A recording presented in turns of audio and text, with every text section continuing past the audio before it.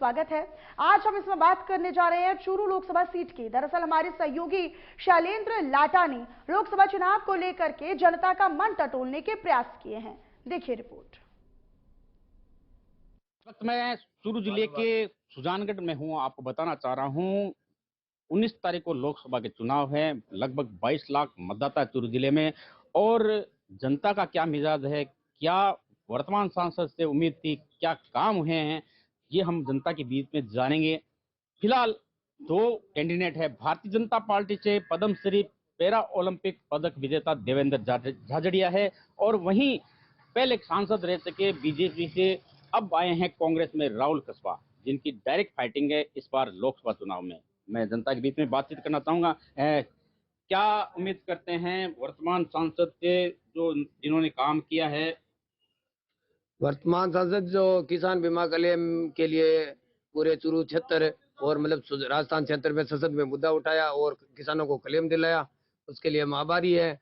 और जो अभी सम्राट होटल और बीडीएस पेट्रोल पंप पर जो पुलिया बन रहा है, उसके लिए भी उन्होंने केंद्र सरकार से जो बजट में आवंटन किया है, जिसमें राज्य सरकार के सहयोग से।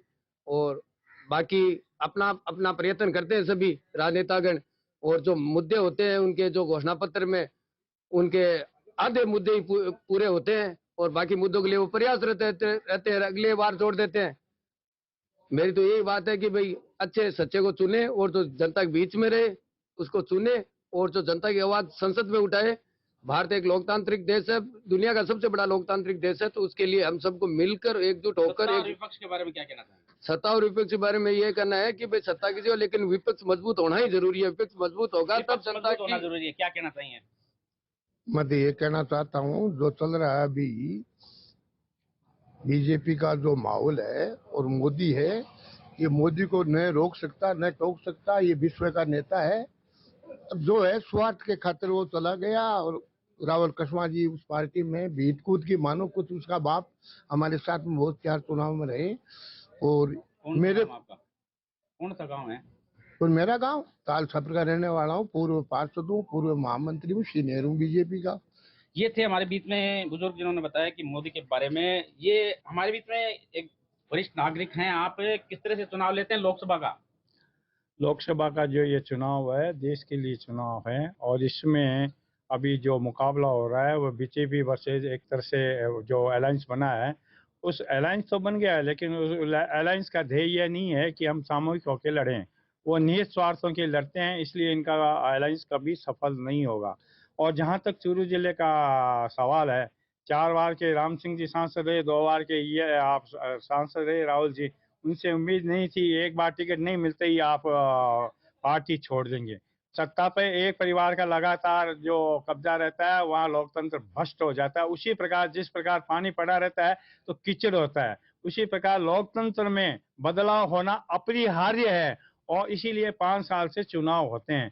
इसलिए राहुल जी से तो मेरा इतना ही कहना है, उन्होंने जो ये काम किया है मेरे हिसाब से ये उनके लिए जीवन में गलत साबित होगा। बाकी सांसद बनता है उसे क्या उम्मीद करते हो? वर्तमान सांसद का जो कैरेक्टर है, जो कार्य है, वो जदीद पैमान है।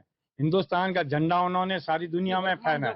चुनेगा सांसद, उससे क्या उम्मीद करेंगे? उससे यही उम्मीद करेंगे क्षेत्र के लिए और काम करें। जैसे मैंने राहुल जी को भी कहा था कि बीमा क्लेम के लिए जैसे कोर्ट में एमएससीटी के मुकदमे चलते हैं क्लेम के, वैसे इंश्योरेंस के लिए भी जो बीमा होता है उसके लिए भी कोड बनाएं, ताकि लोगों को न्याय बन सके, ताकि अफसरशाही की पूरी नहीं चल सके। और कोर्ट जब बन जाएगा इंश्योरेंस के लिए तो लोगों को न्याय ज्यादा मिलेगा, क्लेम ज्यादा मिलेगा। मेरा वर्तमान सांसद से यही है। चूरू जिला बहुत लंबा चौड़ा है, हरियाणा से लेकर इधर नागौर तक इतना लंबा चौड़ा है, उसके लिए जागृत सांसद चाहिए।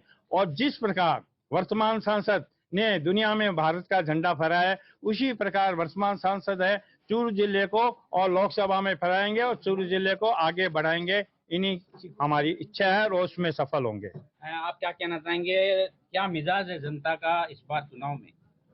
जनता का मिजाज तो क्या कह सकते हैं, मैं तो मेरा खुद की सोच जो ओपिनियन है बता सकता हूँ।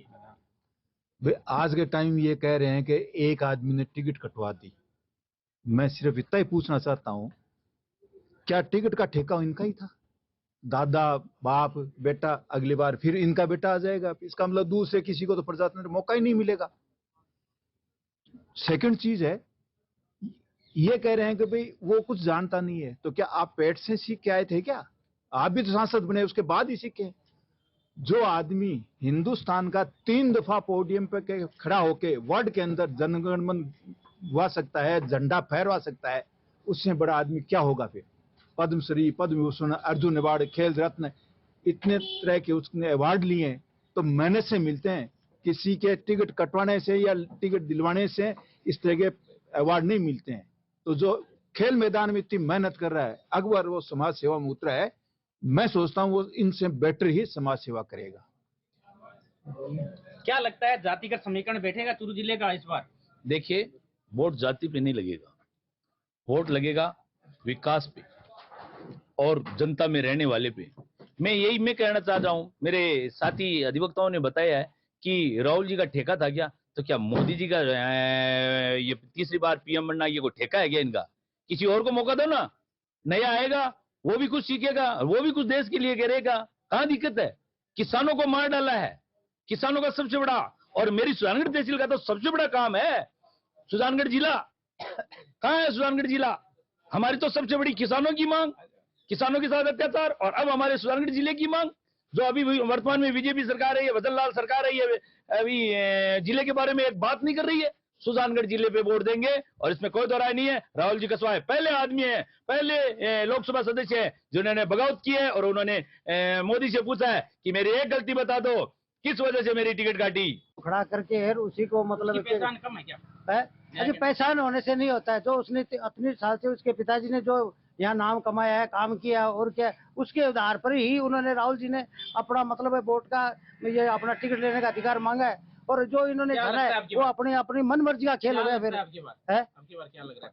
हमें तो देखो राहुल जी के पक्ष में है। और राहुल जी पूरे इंडिया में क्या है? पूरे इंडिया में इंडिया की क्या माहौल बताए? इंडिया के अंदर में विपक्ष कमजोर है, सीधा वही है, विपक्ष कमजोर है। क्या कहना चाहेंगे इस बार चुनाव को लेकर क्या कहना चाहेंगे? जय भवानी सर, मैं ये कहना चाहता हूँ कि अब की बार राजनीति सामने नजर आ रही है सबको। आप अगर कांग्रेस पार्टी अगर सही होती तो आप देख लीजिए, अभी बीजेपी में सब कांग्रेस वाले आ रहे हैं। इसका कारण क्या है? जो सही है उनके साथ जब जा रहे हैं। मैं तो बस इतना ही जानता हूँ। और रही यहाँ की बात सुजानगढ़ की, तो सब मोदी मोदी कर रहे हैं और मोदी को जिताएंगे। और राजस्थान में मेरे ख्याल से 25 की 25 सीटें आएंगी। यही मेरा सुझाव है और यही मेरा संदेश है। चूरू जिले की जनता अगर सांसद चुनती है तो क्या रहेगी? सुजानगढ़ की मांग क्या रहेगा?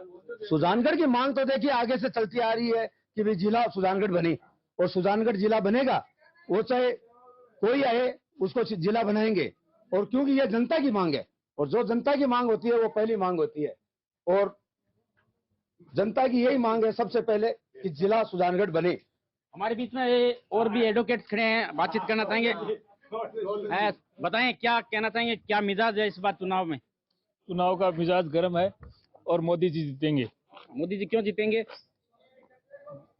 क्यों को तो पता नहीं, जीतेंगे। ये एक और युवा है अधिवक्ता है, क्या कहना चाहेंगे? राहुल कस्वा का अच्छा माहौल है और राहुल कस्वा 100% जीतेंगे। लोकसभा चुनाव का रण बन चुका है। लोकसभा की जिले की सुजानगढ़ से बोल रहा हूं मैं इस बार, और कई युवा है, लोग हैं यहाँ पे, बातचीत करना चाहता हूँ किस तरह का माहौल रहेगा। क्योंकि चूरू जिले में 22 लाख मतदाता है, वो मतदाता का अपना मत का प्रयोग करेंगे 19 अप्रैल को। और काफी यहाँ पे लोग मौजूद हैं, बात किस तरह का माहौल है, क्या मिजाज बताएं? यहाँ पर माहौल बहुत ही अच्छा है। और जो भारतीय जनता पार्टी और हमारे देश के यशस्वी प्रधानमंत्री आदरणीय नरेंद्र जी मोदी जी द्वारा जो जन कल्याणकारी कार्य किए गए हैं पिछले 10 सालों में, उनको लेकर जनता में बहुत उत्साह है। और जिस तरह से मोदी जी ने नारा दिया इस बार 400 पार, निश्चित ही भारतीय जनता पार्टी की 400 पार सीटें जाएगी। और चूरू में हमारे जो देश के गौरव है भाई देवेंद्र जी झाझड़िया, जो अच्छे 2-3 लाख से प्लस वोटों से यहाँ से विजय होंगे और भारतीय जनता पार्टी को एक सीट चूरू लोकसभा के क्षेत्र देंगे। क्या कहना चाहेंगे? माहौल बहुत शानदार है और जो अभी 10 साल के नरेंद्र मोदी जी की उपलब्धियां हैं, कार्यकाल की उपलब्धियों को लेकर हम लोग जनता के बीच जा रहे हैं और हम देख रहे हैं जनता में एक बहुत अच्छा माहौल है। और ये मोदी जी के नाम से ही सारे वोट के नाम पे वोट मिल रहे हैं। बिल्कुल। देखिए, ये चुनाव ही मोदी जी के नाम पे लड़ा जा रहा है देश ने यह साबित कर दिया है, राजस्थान ने साबित कर दिया है कि मोदी जी का कोई तोड़ नहीं है। और आने वाले चुनाव के अंदर हमको ये प्रत्याशी, हमको हमारा केवल कमल का फूल है और हम लोग मोदी जी के नाम पर ही वोट डालेंगे और पूरा सुजानगढ़ मोदी जी के साथ है। क्या कहना चाहेंगे?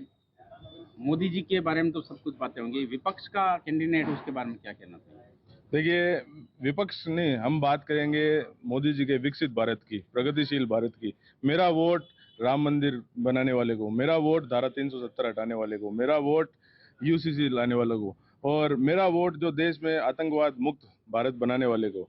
और विपक्ष के पास कोई मुद्दा नहीं है। ये चुनाव देश का चुनाव है, नरेंद्र मोदी जी का चुनाव है। पूरी दुनिया देख रही है किस प्रकार से नरेंद्र मोदी जी ने विश्व में अपने ख्याति प्राप्त की है, देश का नाम रोशन किया है, देश के झंडे गाड़े हैं।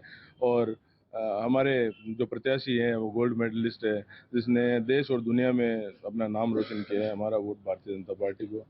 इस बार क्या कहना चाहेंगे? सुजानगढ़ विधानसभा और चूरू लोकसभा में और पूरे राजस्थान में ये हॉट सीट बनी हुई है चूरू। एक स्लोगन चला हुआ है, केंद्र में नरेंद्र, चूरू में देवेंद्र। ये स्लोगन एक स्थापित स्लोगन हो गया है और इस स्लोगन के बूते पूरे युवा भाई देवेंद्र जी झाझड़िया के पीछे खड़े हैं और पूरे युवा एकजुट होकर देवेंद्र जी को वोट देंगे और भारतीय जनता पार्टी विजय बनाएंगे और मोदी जी को मजबूत करेंगे। क्या लगता नहीं कि राहुल कस्बा पहले बीजेपी में थे, उनको भी फायदा मिलेगा? देखो, राहुल कस्बा बीजेपी में थे और अभी कांग्रेस में है, दल बदल लिया है उन्होंने, गुट बदल लिया है, उससे कोई फर्क नहीं पड़ेगा। वोट मोदी जी के नाम पे मिलेंगे। भारतीय जनता पार्टी के जो कर्मठ कार्यकर्ता है, जो जिन्होंने पार्टी सिंची है, वो भारतीय जनता पार्टी को छोड़ के कहीं नहीं जाएंगे और वोट कमल के फूल के निशान पे ही जाएगा। कितना दावा लगता है चूरू जिले की सीट पर? चूरू जिले की सीट पर कम से कम हम इस चूरू जिले की सीट से कम 3 लाख वोटों से हम जीतेंगे, क्योंकि हमें जो कैंडिडेट मोदी जी ने दिया है वो वाकई में लाजवाब है और उन्होंने देश दुनिया में नाम किया है। वो उम्मीदवार हमें मिला है तो हमें बहुत खुशी है और कम से कम 3 लाख वोटों से हम यहाँ से जिता के भेजेंगे। आपका दावा 3 लाख वोटों से जिताने का है जी। तो इस सुजानगढ़ और वर्तमान जो सांसद थे पहले, वो उनका कैसा कार्यकाल रहा? कार्यकाल सुजानगढ़ में उन्होंने कुछ दिया नहीं, तो कार्यकाल कैसा रहा सबको पता है, कैसा रहा कैसा रहा। कार्यकाल की बात नहीं है, उन्होंने जो 10 साल बीजेपी ने उनको जो टिकट दिया है, उनके पूरे परिवार को 35 साल राज करवाया है, उन्होंने दल बदल लिया है। ये बहुत ही गलत बात है और ऐसे थोड़ी होता है कि आदमी कोई टिकट नहीं देवे और मान लो कोई पार्टी बदल गए वो दूसरी जगह खड़ा हो जाए, ये गलत बात है। क्या अपेक्षा करते हैं अगर नया सांसद भाजपा का बनता है? हम ये अपेक्षा करते हैं कि देवेंद्र जी अगर चूरू लोकसभा से सांसद बनते हैं तो उन्होंने देश में अपना पैरा ओलंपिक खेल कर तो देश में नाम किया है, या देश में क्यों विश्व में नाम किया है। तो हमारी अपेक्षा ये रहेगी कि वह चूरू लोकसभा क्षेत्र में विकास की गंगा बहाएंगे। ये थे कुछ युवा जो कि भारतीय जनता पार्टी के देवेंद्र झाझड़िया को 3 लाख से अधिक वोटों से जिताने का दावे करते हैं और चूरू से भाजपा जिताने की बात करते हैं। ये हमारे बीच में एक और युवा आ गए हैं, क्या कहना चाहेंगे, बताएं। भारतीय जनता पार्टी चूरू जिले में 25 की 25 सीटें वो शानदार मतों से चुनाव जीतेगी। देवेंद्र झाझड़िया शानदार मतों से चुनाव जीतेगा। जय भाजपा, विजय भाजपा। ये तमाम सुजानगढ़ के युवा थे जिन्होंने बताया कि भारतीय जनता पार्टी चूरू जिले में चुनाव जीतने जा रही है। इंडिया न्यूज के लिए तो आपने देखी हमारे सहयोगी की शैलेंद्र लाटा की ये रिपोर्ट और इसी रिपोर्ट के साथ इस बुलेटिन में इतना ही। आप बने रहिए हमारे साथ। नमस्कार।